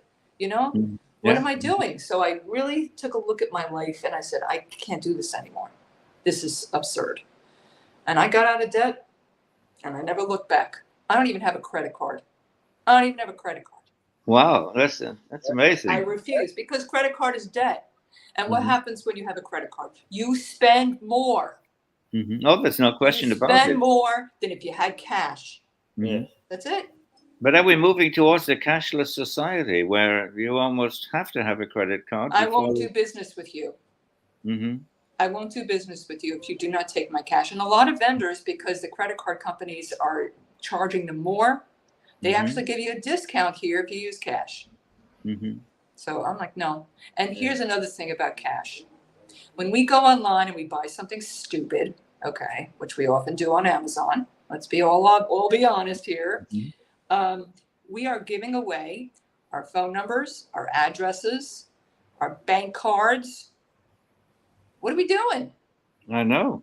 and it could be to scammers, or it Mm. certainly is to these companies, and they sell it and they market our email addresses. Yeah. Mm-hmm. Right? What are we doing? If I give someone $100 bill with the picture of Benjamin Franklin, that's my name. My name is Ben. Mm-hmm. Okay, that's all you know.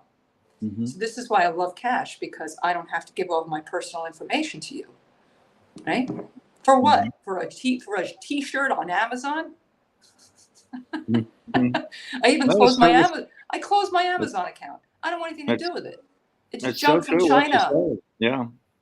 I guess I'm my age and philosophy. I find it very difficult to buy online because I feel I'm giving away.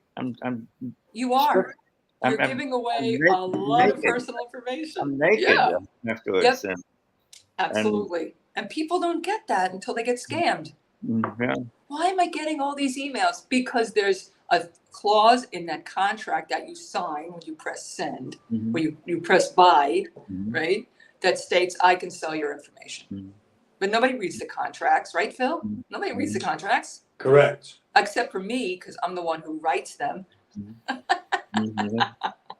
Mhm. Well, that's I know a big it's in there. difference. Yeah. It's some pretty bad stuff in there. I solved my problem by getting such a bad credit rating. Nobody will give me credit. Oh, here's the thing. Here's the thing with that. They'll still give you credit, but they'll charge you 36% interest. Yeah. Don't tell me. No, I'm like you, Melissa. I no longer have a credit card. I do use a debit card, but I don't have credit cards anymore. They are lethal. They really are. They will Yeah. send you out in a spiral. Oh, you're at a restaurant with your friends. Oh, the next round is on me. If you didn't have the cash to do that, the next round would not be on you. But because you have a credit card, I can do what I want. Yay. Mhm. You're going into debt. See, people, they hear credit, but it's really a debt card. Indeed, it is, and then as we say, if we put that to translate that into the scale of governments, they get themselves into debt. The French government has their credit rating has just been reduced because so much in debt. So eventually, I suppose it means that they'll reach a point where they can't borrow anymore, and they're now having to borrow to pay interest on previous debt. Well, that's what's happening to our commercial real estate industry, which I don't want to say that I love when people are in pain. I really don't. But these guys, I do. These are the hedge fund What's traders. your view on debt, Philip? I loathe being in debt, as does my wife. And I like to think my children have inherited or adopted that view as well. I do have one credit card with which I buy online, usually through Amazon. But I like to do what I can through our current account to avoid the credit card. But I do use a credit card. Melissa's point about the pub analogy, which I'm very familiar with. Yeah. If you haven't got the cash, you can't buy your mates around. Right. Yeah. If you've got your credit card with you, and whether you're sober, semi-sober, or even worse, out it comes. Yeah. And you end up buying the pub a bloody drink. So, very true. So remind me, Melissa, never to go in a bar with you. Because the drinks will be on you, Phil. Absolutely. Oh, I'm sorry. I don't have any more Ben Franklins. I'm sorry. Is that what you call them, Ben Franklins? But is the disappearance of the high street bank, which we're told about all the time, certainly in Britain, and to a large degree in France, is that an indicator that we're moving towards a cashless society? They want to, certainly, because it makes it easier to spend. Yeah. And if you don't think that they don't think that, you're wrong. I know the marketing people at those banks. I'm friends with them. Like you said, And they would tell me, we know more about you Mhm. than you know about you. And these rules where you're not allowed to draw more than you might have, 100,000 in the bank, and you're not allowed to draw out more than so much or something, or you can't pay. You can't pay. You'd have to go through. Well, I mean, if someone's going to come and Mhm. come in and take 100,000 out of, well, there's a couple of things at play. The banks are concerned about fraud, but so you'd have to go through certain means to be able to do that, like a banker's check. But I hate to say it, but they use your money. Mm-hmm. They Of use course your they do. money Yeah. to make loans to other people, which is why banks go south. Sure. And then the government has to come in and bail up the bank. Or the bank just goes under and people lose their deposits if it's below the insurance, the insured rate. So, yeah. Yeah.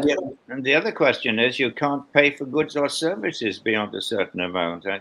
I believe here in France, you can't pay if you get a carpenter or a plumber or somebody like that. I may be wrong in this figure, but you can't pay more than $1,000 in cash or 1,000 euros in cash. Yeah, Maybe- they worry about, so the banks, they like I said, they know you more than you know yourself. Mhm. And so they see your pattern of spending.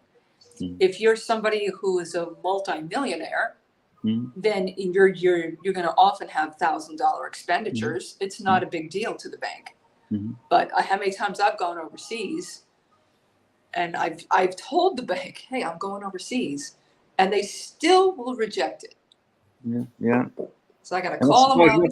And suppose what they're trying to do is to prevent a parallel cash economy happening. They want to minimize that. I suppose that's what they're trying to do. But as you say, it's politically thought through, and yeah, there it is. And that's Well, why. there is the aspect of money laundering as well. Yes. Yes. I think a capping is sensible to reduce the risk of that. But of course, as Melissa will point out quite rightly, the real wheeler dealers find their way around everything. Yes. They have the money. It's the small guys that get the bite. Right. Exactly. Yeah. But yeah, it's funny. It's funny because I work with millionaires and billionaires. I know how they think. So it's fascinating. It really is. And you know what? Honestly, it's very educational, because they really think in a very different way from the rest of us. They do. So, if you could think in that way, you end up like them. It's how you're thinking about your life. It's how you're thinking about money. How many of us go around all day worrying about money? Sure. Not that they don't. They just worry with more zeros at the end. But yeah, they don't worry about it the way we do. Well, it's all part of behavioral control, and I don't want to. Yeah. I don't want to get into conspiracy theory, but do you believe, for instance, that this might seem like a quantum leap into another subject, but I'm trying to relate the two?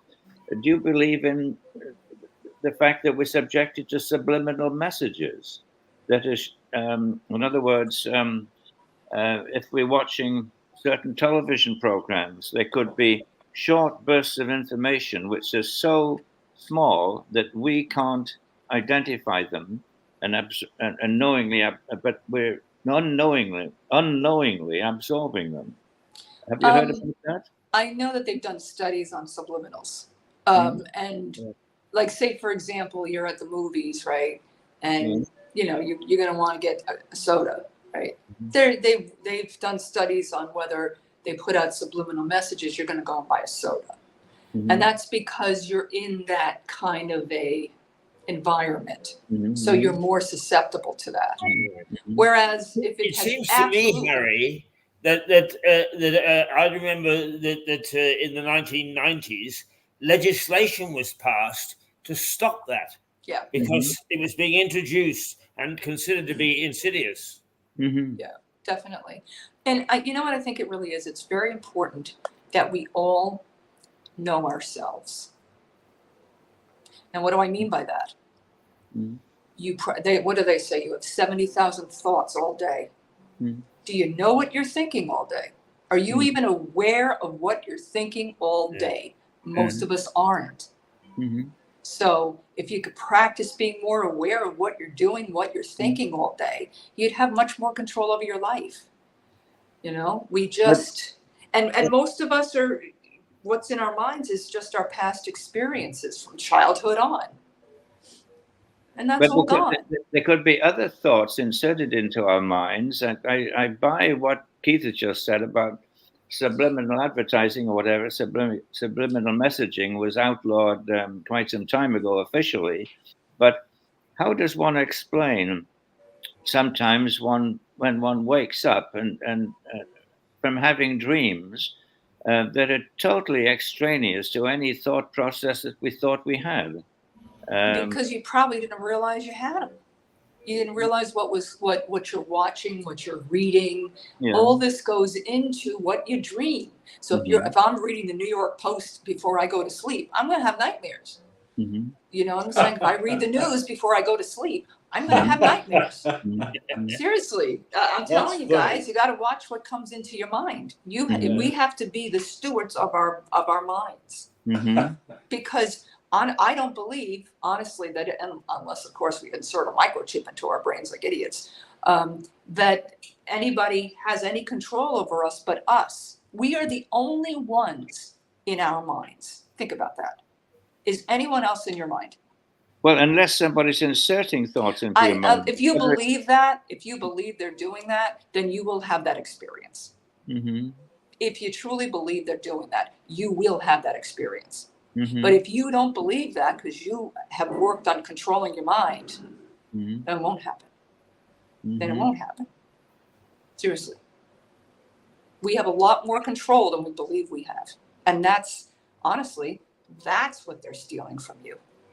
That's what they're stealing from you. Not the subliminal so much as they're stealing your sovereignty over yourself. They're convincing you don't have any.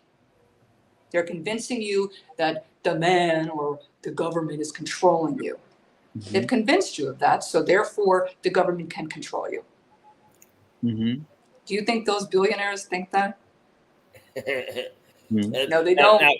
No, they don't. There's a certain element of truth in what Melissa is talking about, because I have to think all day about staying upright, and at night I have dreams about pubs. I'm sure you do. I'm sure most of his dreams are from beers or wine or something, which is not so bad. I think we need to all pause and reflect on what subliminal messages Mirador is putting out. I know, seriously. What are you putting out, Keith? That is drink. Keith, that is really important here. I mean, I stopped watching past episodes of Mirador because I was getting nightmares.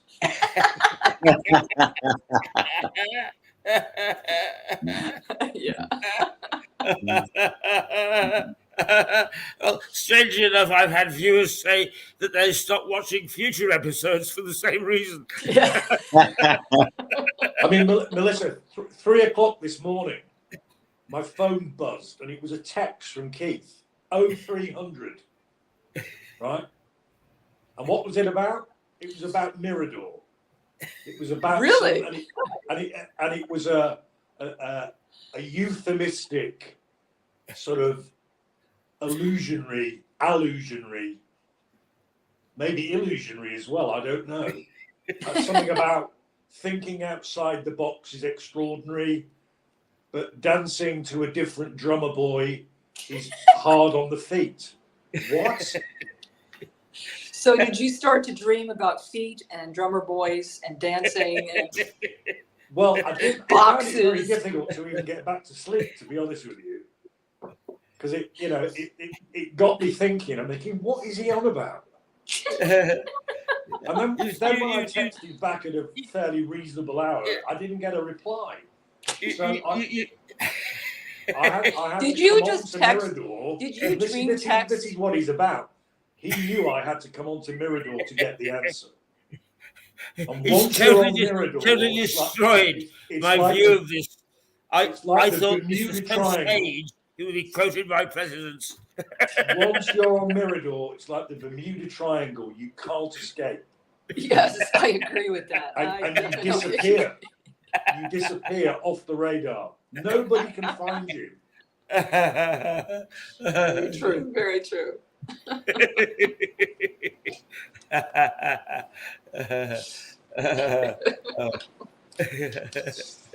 It's just, Harry, you're absolutely right.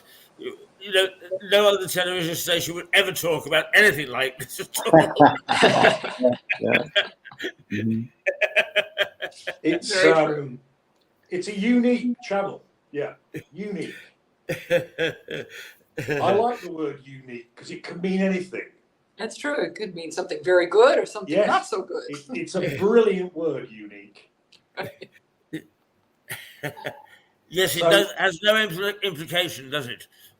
Either good or Well, bad. no, it doesn't. Well, it does and it doesn't. It's a neutral word, Mm. but it has a meaning. And as Melissa has just rightly said, it depends which way it goes. Mm. But certainly Mirador is unique, Keith. Yeah. There's no doubt about that. I think the other thing that I'm rather proud of actually is that it does not suffer from bias that is imposed. Any bias is our own individual bias, which will be quite different to each of us. Right. And we're not steered by any external influence. And I think that's a very difficult situation to achieve. Yeah, it's interesting how each of us have this unique experience that nobody has the same experience in life. If you think about that, that's pretty amazing. So each Yeah. person has their specific point of view based on that past experience. So, it's amazing, really. And we all have something to offer. It doesn't matter who you are. Seriously. Yeah. You know, I don't care if you're the cleaning lady at my business. You have something to offer me. You do, whether it's something I wouldn't do or something I would do. Sometimes it's very wise advice. Yeah. You know. So, Well, I think The greatest star Mirador has ever had.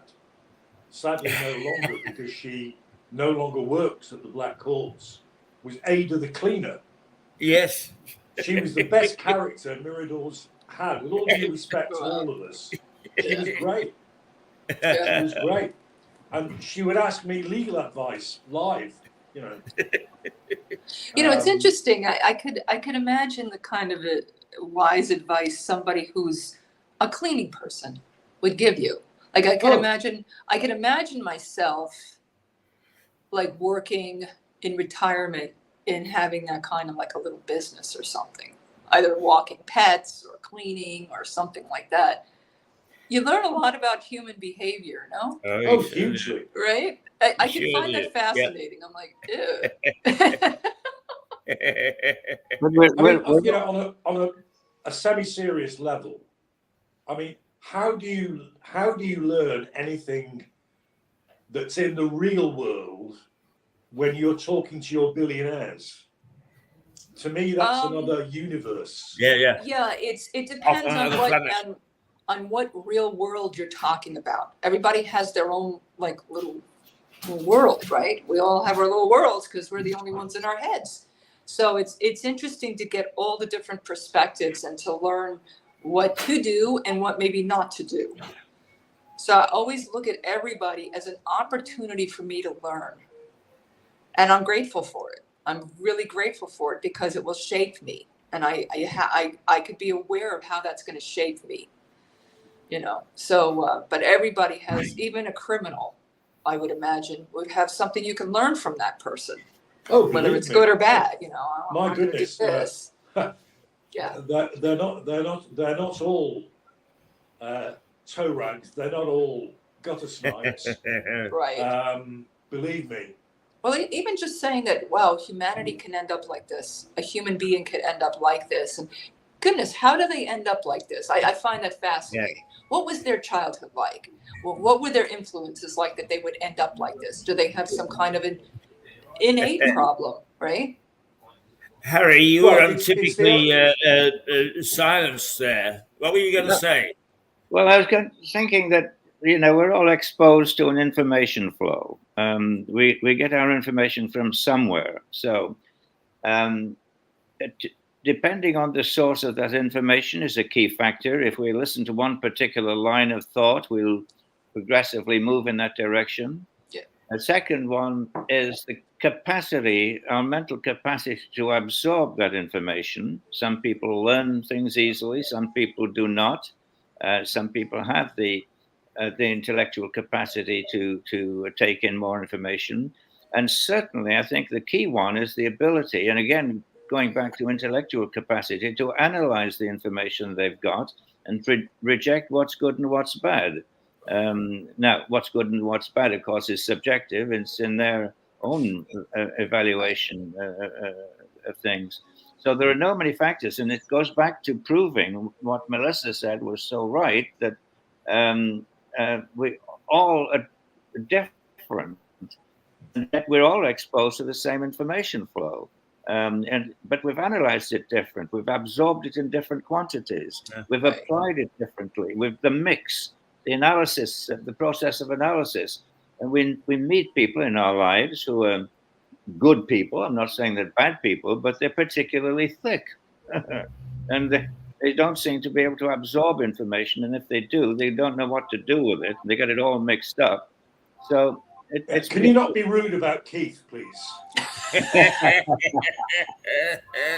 So, we all know his limitations, Harry, but don't dwell on them, please. I'm already thinking about tonight's mantra that I can phone you with at 3:00 in the morning. Don't you dare, pal. Don't you dare. Or I will cancel Littlehampton. There'll be no Littlehampton. Oh dear, what a threat. So now he's going to wake up every morning at 3. It's going to be your routine now, Phil. Well, it's like an alarm call. It's Anchorman's mantra. that's why we're all different. I mean, if something as simple as your fingerprints can be different. Right. I mean, can you imagine there are 7 billion people on Earth and we all have different fingerprints? It's amazing that we are still here. How can that be? I mean, you wouldn't think there were that many permutations of shape or design in the fingerprint. If that applies to the fingers, what can it apply to the brain, which is a good half of which brain surgeons don't even know what it does yet. There's still half the brain they haven't figured out what's going on in there. You guys need to read a book called The Well-Gardened Mind. Mm-hmm. And The Well-Gardened Mind is a superb book because it is written as if you are a gardener. And it's how you look after your brain, and it's how the brain gardens itself and gets rid of the dead wood and encourages new growth. Believe me, it's a fantastic book to read. It sounds great. I'll look into that for sure. It is a seriously good book, Melissa. Yeah. Whether you have the time to do any reading, I don't know. I always read on the train. Everything in my life is regimented because Well-Gardened Mind. It's available on Amazon. You probably don't do Amazon because you haven't got a credit card. But no, I will go to the bookstore. I don't want to see stories disappear. No. Well, I was telling the guys before you came on, we were talking about the town I live in and the disappearance of small businesses. Right. And Arundel had a superb independent bookshop called the Book Ferret, run by a charming lady who would do anything for you to find whatever book you wanted. You know, if you wanted... I love bookstores. Love them. Yeah, agreed. It's gone now. Business rates through the roof. My town is all coffee shops. restaurants, pubs. There's hardly anything of any use. Yeah. That's a shame. It's such a shame. This is It's why, terrible. like, try to go out to a clothing store. Even that, clothing, shoes. I am not buying shoes online. I don't know if they fit. I know, but buying clothing and shoes online is a big mistake. Take It from me. is. It truly, truly is. Anything I bought online in the past, I had to donate. It doesn't fit. Yeah. You know, it's crazy. But it's a terrible shame. I mean, we used to have, I don't know what you call them in the States, but we used to have a wonderful hardware store. Yeah.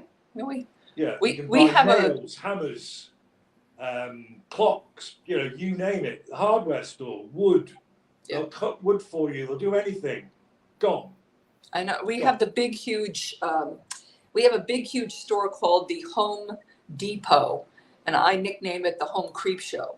Yeah. I just creep people. Well, that's a good name. Gotta go to That's a Home good Creep name. Show. Oh no! We But have we one do called have a Home couple of Base. small hardware stores in town, which And you I go in always these- try to go to. You go in these places, and invariably manned, you know, personnel by young people on They a don't know minimum anything. wage, and they don't know anything. No, they don't. They really, honestly don't. They Whereas- literally don't know Yeah. anything about the merchandise. Oh, I think that's in aisle 8. You think? Yeah, You don't know your store? Actually, I was talking to John Henty about this yesterday, and the thing that I resent with the disappearance of small shops is it's taken away smell. For instance, you used to go into a grocery store and there's a wonderful smell. A sweet shop, a wonderful smell. Right. A Bakery, saddlery, oh. the smell of leather, a wonderful smell. It's all gone. You I know. can't go into these places anymore because they don't exist. You know, it's interesting you mentioned that because Connor and I were sitting there. We would love to have some fresh baked bread from a bakery. Where's the bakery? It's like Yeah. 30 minutes away. What? exactly. You know? Arundel had a bakery. Arundel had a bakery that was a delight. This isn't just rose-tinted glasses. It was a delight. He was a good baker. Gone. Yeah. It's the it's bread. all supermarket crap now. I hate that. I really do. We do have I'm very lucky at our train station of all places. We have a delicious bakery, but it's sweets, no bread. Like, where's the bread? You are echoing my wife's daily question. Where's the bread? On the subject of criminals, here we had a very famous Queen's Counsel, very senior barrister, very left-wing guy called John Mortimer. I suspect Harry and Keith know who I mean. He wrote TV shows like Rumpole of the Bailey. He was an author. He wrote Voyage Round My Father, which was his own very difficult relationship with his father. But he wrote one book based on his experience as a barrister, criminal barrister, called Murderers and Other Friends. Murderers and Other Friends is a fascinating book because he's Is pointing it out- memoir? Is it memoir, Phil? Memoir? It's sort of, yeah, it's I a love memoir. Yeah, I it love is. memoir. But what the point he's making is the people you think are monsters have never shown me anything but respect and courtesy, even in a prison cell. Yeah. You know, so he's making the point that you can't label everybody in the same way. It's true. Um, I'll be honest with you. Like, let's all think about this for just a moment. If we were to have a transcript of those 70,000 thoughts we have all day, would we like ourselves?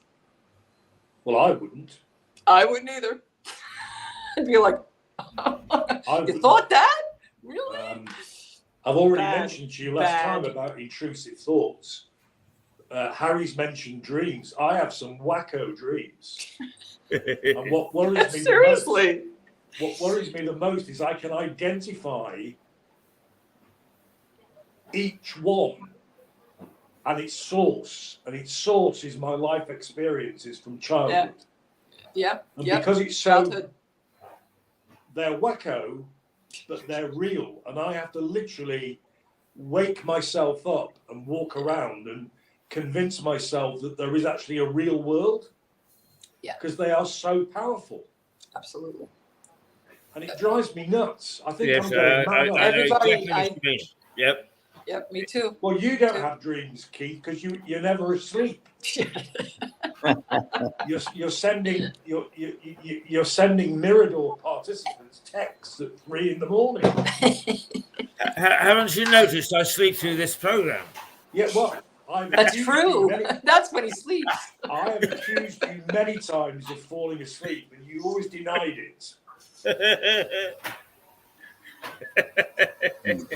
It's like Declan saying, "I'm just going for an hour in the office," and you see him sneaking out the back with his golf clubs. Anyway, guys, I'm sorry I'm going to have to leave you in a moment because we need to finish so the pub can open, Harry. Remember, we're an hour ahead of you here. Yes. Well, quarter past the hour is the witching hour anyway, because Declan has to get ready to open the pub. That's right. I mean, it's not a sharp cut off, and he's an absolute gentleman. He would never say anything. But what a wonderful morning we've had, as usual. Good.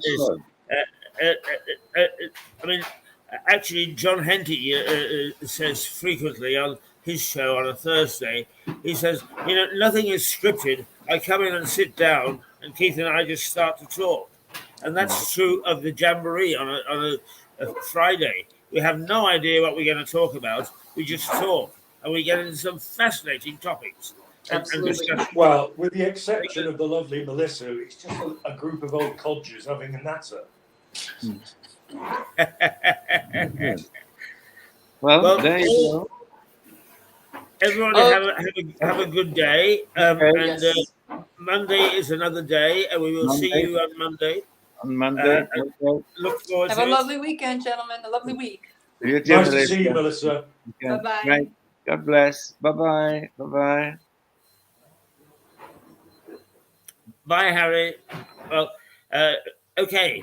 Here I am on my own at long last, and I can get a word in edgewise. But a terrific Jamboree again this morning. Wonderful Jamboree. We missed Mark maybe. Hope he gets well soon, and I hope that perhaps we'll see the new blood of Rosie Hayes coming to join us.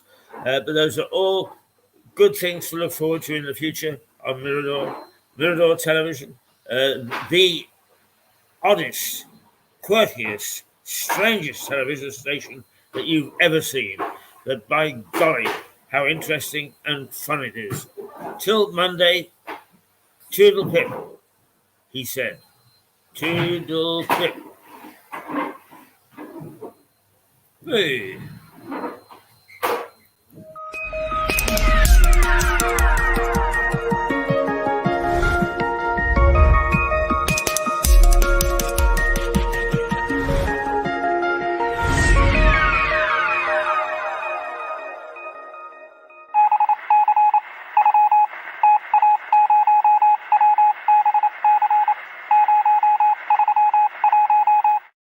Yeah. Before I go, let me remind you that the next quiz is July the 21st. And also, the Euros start tonight in the Black Horse. Tonight is the witching hour. And it's going to be a feast of football. The Black Horse is the place to be. Absolutely 100%. And your wonderful host, Declan, is waiting to greet you. Not with a free pint. Oh, no. You have to pay for your pint. But everything else is free, and it's wonderful. Take care. Till Monday. Toodle pip.